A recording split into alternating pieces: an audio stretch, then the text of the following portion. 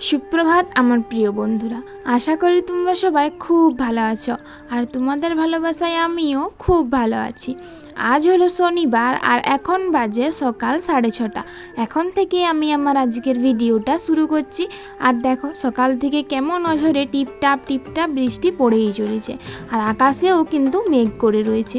এই যে দেখো এখনও কিন্তু টিপটাপ বৃষ্টি পড়ছে। আর এই জলে ভিজে ভিজেই তোমাদের দাদাভাই গেল শশা তুলতে। আর তারপরে আমি চা বসাই দিয়েছি। আর আজকে কিন্তু 2 কাপ চা করেছি, কারণ মাও গেছেন তোমাদের দাদা ভাইয়ের সাথে। আর চা গরম করার পর কালকের একটুখানি দুধ ছিল, কারণ কালকে রাত্রে কেউ দুধ খায় না, তার জন্যই চাটা নামাইয়ে গ্যাসে আমি দুধটাও বসাই দিলাম গরম করার জন্য, নাহলে তো নষ্ট হয়ে যাবে। আর ওই দেখো আবারও কিন্তু জোরে বৃষ্টি পড়ছে। এই বৃষ্টি ভিজে ভিজে তোমাদের দাদা ভাই আর মা দুজনে মিলে শশা তুলছে। আর ঘরে বসে বসে টেনশনও হচ্ছে, যদিও বা বজ্রবিদ্যুৎ হয় না, তবুও জলে ভিজে ঠান্ডা, শরীর খারাপ, এখনের আবহাওয়াটা খুব খারাপ, তার জন্যেই টেনশন হচ্ছিল। আর তারপরে মুড়ি খাওয়ার জন্যে আমি আলু সিদ্ধ করে নিয়েছি, আর সেইগুলোকে এখন ছাড়াচ্ছি মাখবার জন্যে। আজকের আলু সিদ্ধগুলো কাটিনি আমি, আজকে ঠাকুমা কাটিয়ে দিয়েছিলেন, তারপর ঠাকুমাই পরিমাণ করে দিয়েছিলেন যে এতটা দাও, এতটা দিলেই হয়ে যাবে। একটু কম পড়ে গিয়েছিলো, কিন্তু ঠিক আছে, সবাই হয়ে গিয়েছিলো। আসলে কি জানো তো, অনেকজন তো খাতি পায়নি না, তার থেকে লোকসান করার থেকে একটু টান টান করে খাওয়াটাও ভালো, তাই না? তো এইখানে ঠাকুমার সাথেই আমি কথা বলছিলাম আজকে কি তরকারি হবে কি হবে এইসব নিয়ে, আর তারপর আলুগুলোই ছাড়াচ্ছিলাম।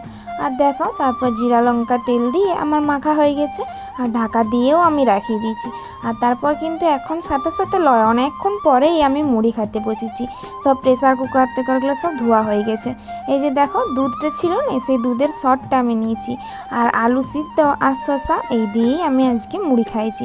আর তার একটু পরেই মা আর তোমাদের দাদাভাই চলে এসেছে, ওদেরকে মুড়ি খেতে দেবো বলে এই যে শসা চুল। বন্ধুরা, সেই যে সকাল থেকে বৃষ্টি নামাইছে পিটিক পিটিক, তোমাদের কথা দেখালাম এই ব্লগের প্রথমেই, এখনও কিন্তু ছাড়ার কোনো নাম নাইনি। তো আমি এই মাত্রই মুড়ি খাইলাম, আর তোমাদের দাদা ভাই আইলো, মা আইলেন, তারপরে ওরা এই মাত্র মুড়ি খাইলাম। মা তো পুরো ভিজে গেছিলেন, তোমার দাদা ভাইও, আর ও এখনো স্নান করেনি, মা কিন্তু একবারেই এসে চান করে নিয়েছেন।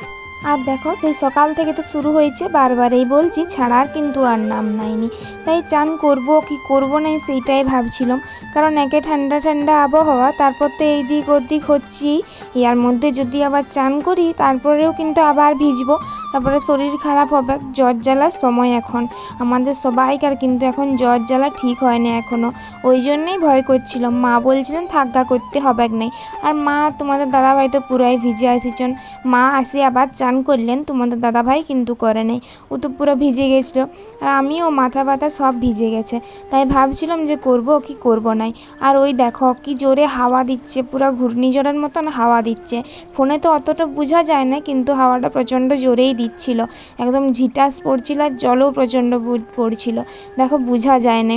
আর দেখো আমাদের বাইরেটা দিয়ে কেমন বন্যার মতন জল যাচ্ছে। আর তারপরে আমি একটুখানি হাতে পায়ে মুখে সাবান নিয়ে গাটা ধুয়ে নিয়েছি, ঠিক করে কিন্তু চান করিনি, কারণ জল পড়ছে তো, আর ঠান্ডা ঠান্ডা আবহাওয়া, আগেই তো বললাম।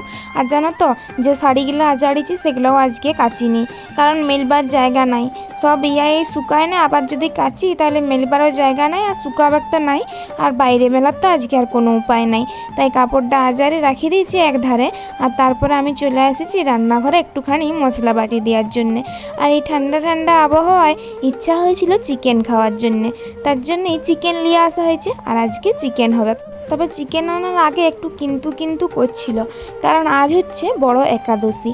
যদিও কেউ করে নাই, শুধু ঠাকুমাই করন, দাদু আগে করতেন, এখন করন নাই। আর দাদু এমনিতেও চিকেন খান নাই, আমরা কজনেই খাবো। তাই ঠাকুমাকে জিজ্ঞাসা করা হলো যে চলবে কি চলবে নাই, তারপরে শুনলাম আশেপাশে ঘরে প্রায় ঘরেই হচ্ছে, তার জন্য বলি তাহলে আমাদের খাতেই আর দোষ কী, তার জন্যেই কম করে একটুখানি চিকেন নিয়ে আসা হয়েছে। আর এই যে দেখো বেগুন ভাজা হচ্ছিল, এটা আমাদের কিন্তু গাছের বেগুন, ওই বেগুনটাকেই ভাজি নিচ্ছিলাম।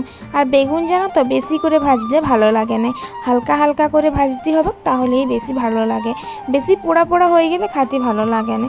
তারপরে যার কাছে যেমন পছন্দ সেইটা তার কাছে তেমনটাই নাই। আর দেখো এই যে ভাজা ভাজা হয়ে গেছে, এরকম করেই কিন্তু আমি তুলে নিয়েছি। আর তারপরে এই যে দেখো এখন চিকেন হবে, তার জন্যই পেঁয়াজ দিয়েছি, প্রথমে সেই কড়াই বসাই তেল দিয়েছি, তেলটাও কিন্তু কম দিয়েছি, বেশি তেল খাওয়া ভালো নয়, তোমরা দেখেই আশা করি বুঝতে পারছো। পেঁয়াজটা কিন্তু একটুখানি বেশিই দিয়েছি, কারণ মাংস রান্নাটা আমার একটুখানি পেঁয়াজ বেশি দিয়ে করলেই ভালো লাগে।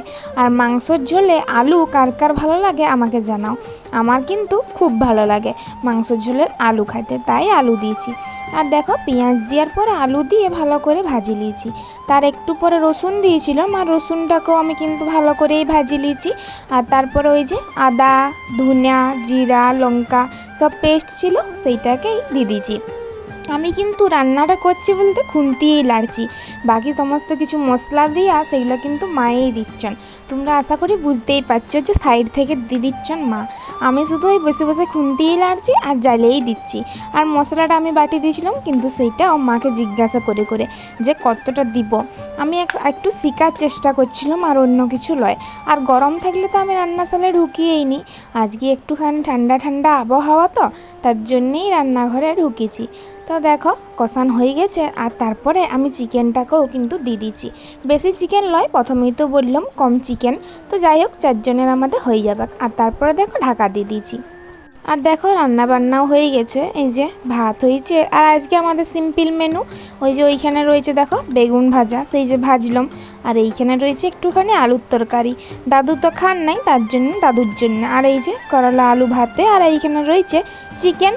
আর তারপরে দেখো খাওয়া দাওয়ার পর আমরা একটুখানি শুয়েছিলাম, আর তোমাদের দাদাভাই যাচ্ছিল ওই দিকে। আর তখনই আমাদের বাইরে এই মাছটা এলো। এটা কি মাছ বলো তো? এটা কি মাছ আমিও ঠিক জানিনি।